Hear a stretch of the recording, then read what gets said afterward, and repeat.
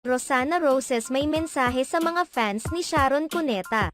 Hindi napigil ng dating aktres na si Rosana Roses ang maglabas ng saloobin hinggil sa mga isyong lumutang matapos ang Dear Heart concert ni na Sharon Cuneta at Gabby Concepcion kung saan nadawit na rin maging ang mister ni Sharon na si Kiko Pangilinan.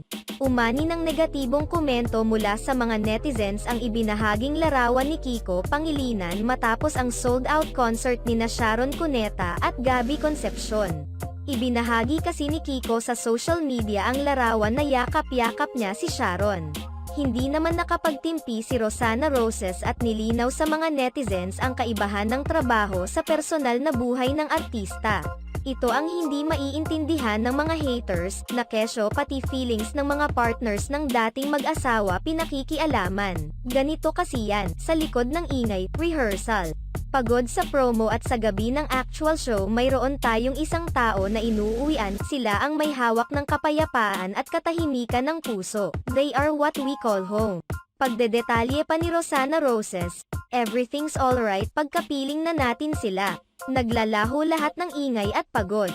Sila yung pinili natin maging pamilya dahil after all, showbiz is not forever, family is forever. Hiniling din ni Rosana Roses na intindihin sana ng mga fans na may mga personal ring buhay ang mga artista na dapat ring igalang at irespeto.